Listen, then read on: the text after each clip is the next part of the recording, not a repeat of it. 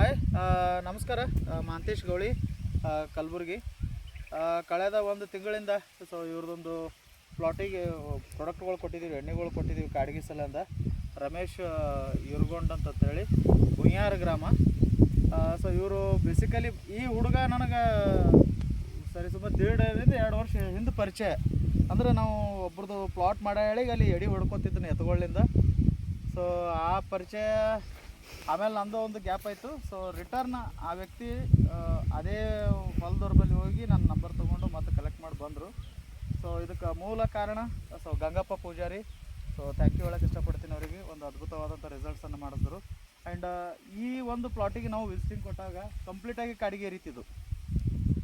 ಆ ಸೈಡ್ ಆಗಿರ್ಬೋದು, ಈ ಕಡೆ ಆಗಿರ್ಬೋದು, ಕಂಪ್ಲೀಟಾಗಿ ಒಳಗಡೆ ಕಾಡಿಗೆ ಇತ್ತು.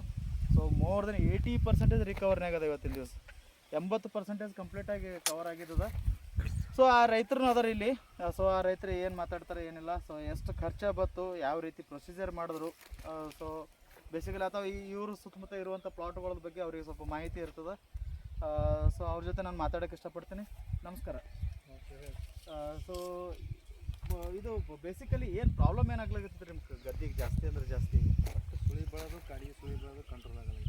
ನೀರು ಇದ್ದು ಏನಲ್ಲ ರೀ? ನೀರು ರಗಡಿದ್ದು, ನೀರು ಬಿಟ್ಟಿದ್ದು ದಿನ ಏಗಟ ಜೋರು ಮಾತಾಡಿ 4 ದಿನ 5 ದಿನ ನಂತರ ಏಗಟ ನೀರು ಬಿಟ್ಟು. ಹಾಂ, ಈ ಒಟ್ಟು ಸುಳಿ ಬೆಳೆದೇ ಕಂಟ್ರೋಲ್ ಆಗಿದೆ. ಇದು ಎರಡನೇ ಗದ್ದೆ ಅದ? ಎರಡನೇ ಗದ್ದೆ. ಸುರಿನ ಗದ್ದಿದಾಗ ಬಿದ್ದಿತ್ತೇನು ರೀ? ಸೂರ್ಯನ ಗದ್ದೆ ಹೊಟ್ಟೆ ಬಿದ್ದು ಇದೇ ಗದ್ದಿಗೆ ಬಿದ್ದದ? ಇದೇ ಗದ್ದೆ ಬಿದ್ದು. ಹಾಂ ಹಾಂ. ಕಾಡಿಗೆ ನಿಮ್ದು ಒಂದೇ ಪ್ಲಾಟ್ ಅದ ಏನು ಸುತ್ತಮುತ್ತ ಎಲ್ಲ ಕಡೆ ಅದ ರೀ? ಸುತ್ತಮುತ್ತ ಇದ್ದು ರೀ, ಅಂದ್ರೂ ನಮ್ಮದಕ್ಕೆ ಜಾಸ್ತಿ ಇತ್ತು. ಈಗ ಹೆಂಗೆ ಅದ ರೀ?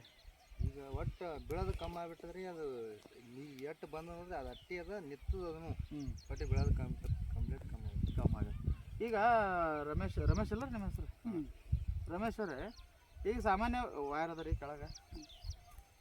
ಈಗ ಸಾಮಾನ್ಯವಾಗಿ ಕೆಲವೊಂದಿಷ್ಟು ಜನ ಬರ್ತಾರೆ ಕಾಡಿಗೆ ಅಂತೇಳಿ ಬಂದಾಗ. ಹಳ್ಳ್ಯಾಗ ಒಂದು ಜನಕ್ಕೆ ಕಾಡಿಗೆ ಅಂತ ಅನ್ನೋದು ಏನ್ರಿ ಸಿಗ್ತದೆ, ಸಜೆಷನ್ ಸಿಗ್ತದೆ ಅಂದ್ರೆ ನಂಬಲ್ಲ. ಯಾಕೆ ನಂಬಲ್ರಿ? ನಂಬಲ್ರಿ ಅವ್ರು ನಂಬಲ್ಲಿ ಸದ್ದ ನೀವು ಮಾಡಿ ನೋಡೋದಕ್ಕೆ ಒಬ್ರು ನೋಡೋದಕ್ರೆ ನೋಡಿ ಮಾಡ್ಬೇಕ್ರಿ ಅದು. ಈಗ ನಿಮಗೇನು ಗಂಗಪ್ಪ ಪೂಜಾರಿ ಅವ್ರು ತಗೋ ಅಂತ ಹೇಳಿರೋ ಏನು ಸ್ವತಃ ನೀವು ಸ್ವಂತಕ್ಕೆ? ನಾವು ಸ್ವಂತಕ್ಕೆ ಮಾಡಿದೇವ್ರಿ. ಅವರು ಅವ್ರ ಬಲಿ ಕೊಟ್ಟಿರಿ ನಮ್ಗೆ ಗೊತ್ತಿತ್ತು, ನಾವು ಸ್ವಂತಕ್ಕೆ ಕೇಳಿದೇವ್ರಿ. ಅವ್ರಿಗೆ ಕೇಳಿದೇವ್ರಿ. ಹಾಂ ಹಾಂ. ಅವ್ರಿಗೆ ಏನು ಕೇಳಿ ಏನೇನು ಮಾಡಿರಿ ನೀವು? ನಾವು ಹಿಂಗೆ ಮಾಡಿದೇವು, ಅದು ನಿಮಗೆ ನೀಗಲ್ಲ ಅಂದ್ರೆ ಅವರು. ಹಾಂ ಹಾಂ. ನೀಗಲ್ಲ ನಾವೇನಿದ್ದೆವು ಮನಿ ಪಂಪದ ಮನಿ ಮನುಷ್ಯರು ಹೊಡೆಯೋರು ಇರ್ತಾರೆ, ಯಾಕೆ ನೀಗಲ್ಲ ನಮಗೆ ನಾ ಕೇಳಿ. ಅವ್ರು ಏನು ಹೇಳಿದ್ರು, ಇಲ್ಲ ಅದು ನೆಸಿಗಿನಾಗ ಹೊಡಿಬೇಕಾಗ್ತದೆ, ರಾತ್ರಿ ಹೊಡಿಬೇಕಾಗ್ತದೆ, ನಿಮಗೆ ನೀಗ್ತದೆ. ಇಲ್ಲ ನಮಗೆ ನೀಗ್ತದೆ, ನಮ್ಮ ಪಾರು ಮಾಡ್ತದೆ ನಾ ಅಂದ. ಯಾಕಲ್ಲ ಅಂದ್ರೆ ಅವರು ಯಾಕಲ್ಲ ಅಂತ ನಿಮ್ಗೆ ಹೇಳಿಕೆ.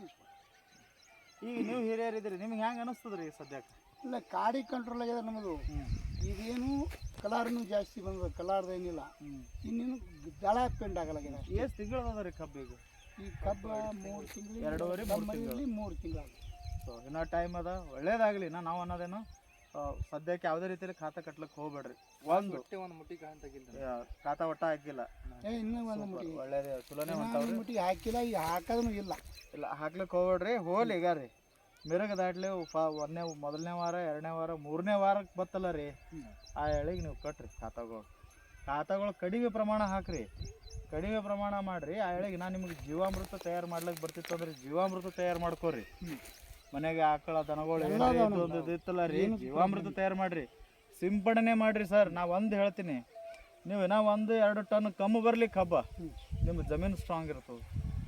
ನೀವು ಜಮೀನ್ದಾಗೆ ದಮ್ ಇಟ್ಕೊಳ್ಳಾರ್ದೆ ನೀವು ಬೆಳಿತೀನಿ ಅಂತಂದ್ರಲ್ಲ ರೀ, ನಾವು ಏನೂ ಮಾಡ್ಲಿಕ್ಕಾಗಲ್ಲ, ನೀವು ಏನೂ ಬೆಳೆಯೋದಾಗಲ್ಲ. ಈಗ ವರ್ಷ 2 ವರ್ಷ 3 ವರ್ಷ 4 ವರ್ಷ ನಾವು ಬೆಳಿಬೋದು. ಈಗ ನೀವು ಸಣ್ಣವರಿದ್ದಾಗ ಜಮೀನುಗಳು ಹಿಂಗೆ ಇರ್ದಿದ್ದಿಲ್ಲ. ಈಗೀಗ ಒಂದು 3-4 ವರ್ಷ ಐತಿ ಹಿಂಗೆ ಅಲಾಗತ್ತಾವ. ಈಗ ಇವ್ರ ಕೈಯಾಗ ಬಂದಾವ, ಇವ್ರ ಮಕ್ಕಳು ಬರೋದಾಗ ಈ ಜಮೀನ್ದಾಗ ದಮ್ಮೇ ಇರಲ್ಲ. ಇಲ್ಲ, ನಾವಾದ್ರೂ ಮಕ್ಳ ಕೈ ಕೊಡ್ಬೇಕಾದ್ರೂ ಅಟ್ಟೆ ಸ್ಟ್ರಾಂಗ್ ಅಟ್ಟೆ ಕಾಂತ ಕೊಟ್ಟಿವಿ. ಇಲ್ಲಿವರೆಗೇನೆ ಕೊಟ್ಟಿಲ್ಲ. ಹೋದ ಸಲ ಇದಕ್ಕೆ ಬರೀ 5 ಚೀಲ ಹಾಕಿವಿ.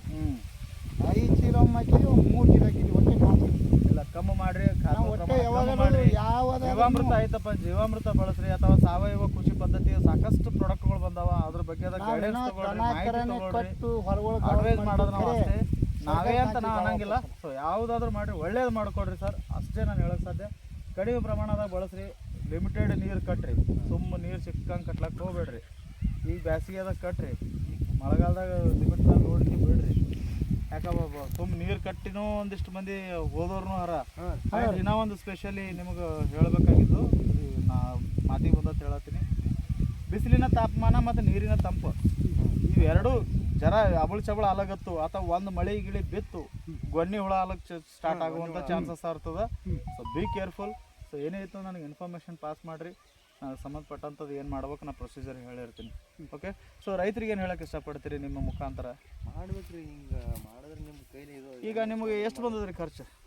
4 ರಿಂದ 5 5 ಸಾವಿರ. ಸೊ ಹೊರೆ ಅನ್ನಿಸ್ತದ್ರಿ ನಿಮಗಿದು? ಅದಕ್ಕೆ ಖಾನ್ ಸಾಕಿದ್ರೆ 10 ಸಾವಿರ ಬರ್ತಿತ್ತಲ್ಲ. ಕೂಡ ಒಂದು ಭಾಳ ಅಂದ್ರೆ 1 ತಿಂಗಳ ತನಕ 2 ತಿಂಗಳ ತನಕ ಕೆಲಸ ಮಾಡಿದ್ರು ಆಟ ಇದ್ರಂಗೆ ಆಗ್ತದೆ. ಒಳ್ಳೆಯದು. ಸೊ ಅಷ್ಟೇ ನಾವು ಹೇಳುವಂಥದ್ದು. ಸೊ ರೈತರಿಗೆ ಅಡ್ವೈಸ್ ಮಾಡಿರಿ, ಏನೇ ಇತ್ತಪ್ಪ ಅಂದ್ರೆ ನಾವು ಕ್ಲಾರಿಟಿ ತೊಗೊಳ್ರಿ, ಏನೇ ಡೌಟ್ ಇತ್ತಪ್ಪ ಎನಿ ಟೈಮ್ ನಮಗೆ ಫೋನ್ ಮಾಡಿರಿ ಅಂತ ಹೇಳಕ್ಕೆ ಇಷ್ಟಪಡ್ತೀನಿ. Thank you sir.